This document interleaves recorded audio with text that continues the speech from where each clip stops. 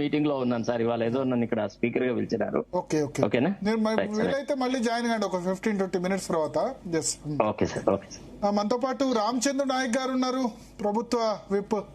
రామచంద్ర నాయక్ గారు నమస్కారం. భరత్ గారు నమస్కారం. ఏం జరుగుతోంది? మీ వరంగల్ జిల్లా మీ పక్క కాన్స్టిట్యున్సీ పరకాల నుంచి స్టార్ట్ అయ్యి ఇది ఎక్కడికో వెళ్ళేటట్టుంది.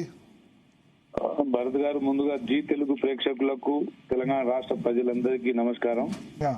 ఇక జరుగుతున్న వ్యవహారం వాస్తవంగా రేవంత్ రెడ్డి గారి పాలన ఒక ప్రజా సంజకంగా తెలంగాణ అభివృద్ధి పదంలో వడివడిగా ముందు సాగుతున్న సమయం కొంతమందికి అది జీర్ణించుకోలేకపోతున్నారు. అది కొంతమంది పదవుల కోసం మరి స్వార్థంతో 10 సంవత్సరాలు అధికారం అనుభవించినా గానీ వాళ్ళ ఇంకా అధికార దాహం తగ్గలేదు. సో కొంత రాజకీయంగా రేవంత్ రెడ్డి గారిని ఏది పద్మవ్యూహంలో ఇరికించాలనే కుట్రలు మాత్రం తప్పకుండా ప్రతిపక్షాలు చేస్తా ఉన్నాయి. అందులో భాగంగా గత 3-4 నెలల నుంచి ఒక్కొక్క ఇష్యూస్ ని వాళ్ళు ప్రజల ముందు పెట్టడానికి ట్రై చేస్తారు, కానీ ఎక్కడ వాళ్ళు అంటే విఫలం చెందుతున్నారు తప్ప ఎక్కడ సఫలం కావట్లేదు. హరీష్ రావు గారు ఒకవైపు, కేటీఆర్ గారు ఒకవైపు, కేసీఆర్ గారు ఒకవైపు. కానీ ఏదేమైనా ప్రతి అవకాశాన్ని వాళ్ళు అందిపుచ్చుకోవాలి, మళ్ళా అధికారం చేజిక్కించుకోవాలనేది తాతాలాడుతున్నారు. అది ఏదైనా అది తప్పకుండా అది నెరవేరదని మాత్రం మేము చెప్పగలుగుతాం.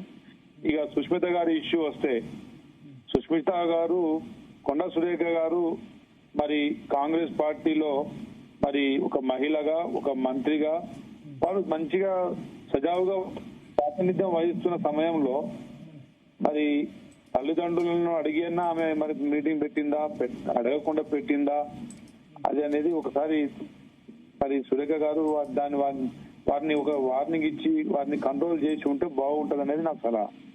ఎందుకంటే కాంగ్రెస్ పార్టీ అనేది కార్యకర్తల పార్టీ. ఈ దేశాన్ని ఈ రోజు అభివృద్ధి పదంలో 5వ మరి ఆర్థిక శక్తిగా ఈరోజు ఈ దేశాన్ని ప్రపంచం నిలబెట్టిందంటే కాంగ్రెస్ ప్రభుత్వాలు, కాంగ్రెస్ పార్టీ. ఇది ప్రజలు ఏ ఒక్క నాయకునికి సంబంధించిన ఆస్తి కాదు కాంగ్రెస్ పార్టీ అంటే. ఇందులో ఈ జిల్లాకు ఒక నాయకులు ఎవరో వెనుక నుంచి ప్రేరేపితం, ఇన్ని రోజులు జీవన్ రెడ్డి గారిని ప్రేరేపితం చేసి ఇన్ఫ్లుయెన్స్ చేసి వారికి ఏదో మరి ఆశ పెట్టి బయట తీసుకుపోయారు. అట్నే జిల్లాకు ఒకరిని బట్టి రేవంత్ రెడ్డి గారి నాయకత్వాన్ని విచ్ఛిన్నం చేయాలనే ఒక కుట్రతో ఇదంతా జరుగుతా ఉంది. ఏదేమైనా కానీ ముఖ్యమంత్రి గారు దాన్ని సమర్థవంతంగా తిప్పి కొట్టగలిగే సమర్థత వారికి ఉంది. అదేవిధంగా అధిష్టానానికి కూడా రేవంత్ రెడ్డి గారి మీద పూర్తి నమ్మకం ఉంది. అధిష్టానానికి కూడా వారు చేసే ప్రతి కార్యక్రమం ప్రజల కోసం, సంక్షేమం కోసం చేస్తున్న కార్యక్రమాలు తప్ప వారి కేసీఆర్ 10 సంవత్సరాల పాలనకు పూర్తి విరుద్ధంగా ప్రజల కోసమే ఈ రోజు పథకాలు గాని అభివృద్ధి కార్యక్రమాలు ముందు తీసుకెళ్తున్నప్పుడు అధిష్టానం కూడా పూర్తి స్వేచ్ఛనిచ్చింది ముఖ్యమంత్రి గారికి. వారు ఈరోజు ప్రతి జిల్లా తిరుగుతూ ప్రతినిత్యం ప్రజల్లో ఉంటూ ఇటు పథకాలని చేరవేస్తూ అటు అభివృద్ధి కార్యక్రమాల మీద రివ్యూలు చేస్తూ ప్రతి సమస్యను అధిగమించే ప్రయత్నం చేస్తున్న తరుణంలో ఇంకా ఏ విధంగా అంటే మన ఏమంటారు వాళ్ళు సక్సెస్ కానప్పుడు ఏమైందంటే విత్తింది విభజించు పాలించు డివైడ్ అండ్ రూల్ ఆ పాలసీలో టీఆర్ఎస్ ప్రతిపక్షాలు అట్లా ప్రయత్నం చేస్తున్నారని అనేది నా భావన. ఓకే. ఇప్పుడు దీనిలో ప్రతిపక్షాలు ఏముంది? మీరు మాట్లాడి అంటే కూతురు మాట్లాడి ప్రతిపక్షాలు బ్లేమ్ చేస్తారు. ఇప్పుడు ఒకటి, వారు ఏ ఇష్యూని పట్టుకున్నా ప్రజలు దాన్ని పెద్దగా స్వీకరించే పరిస్థితిలో లేరు.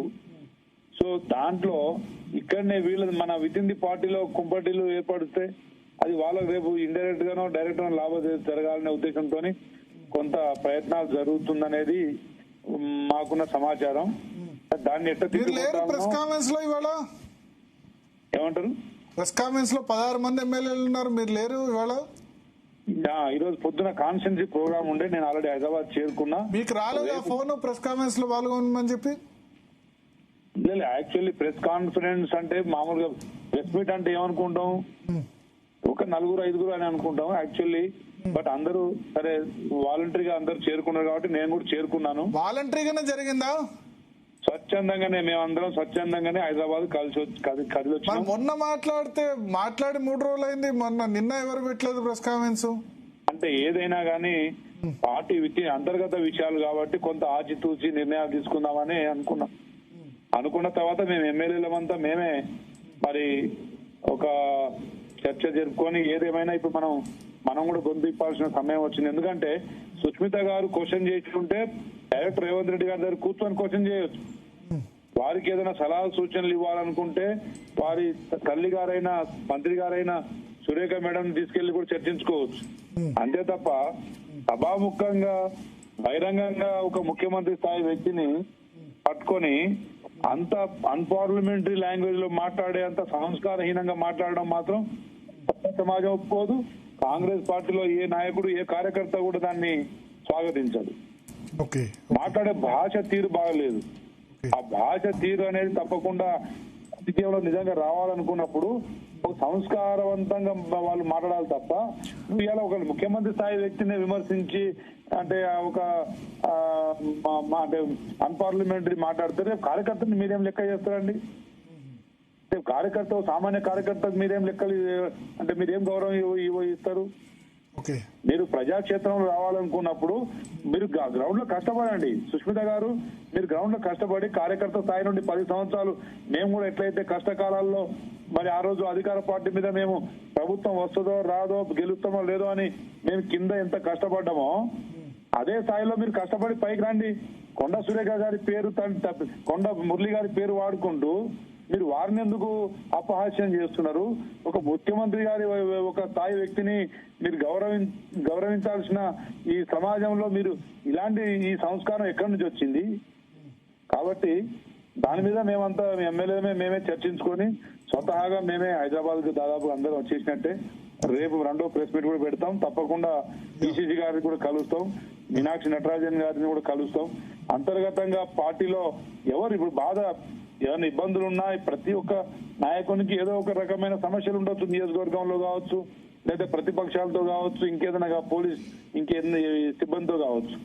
ఏదేమైనా అధిష్టానం దృష్టిలో తీసుకువెళ్ళడమే సంస్కారం అవుతుంది. కానీ మనం బహిరంగంగా మరి ఇట్లా మీడియా ద్వారానో లేకపోతే మీటింగ్ల ద్వారానో ఒకరిని విమర్శిస్తే మన స్థాయి పెరిగిపోతుంది అనేది అది సంస్కారం కాదు. రెండవది సభ్య సమాజం దాన్ని స్వాగతించదు.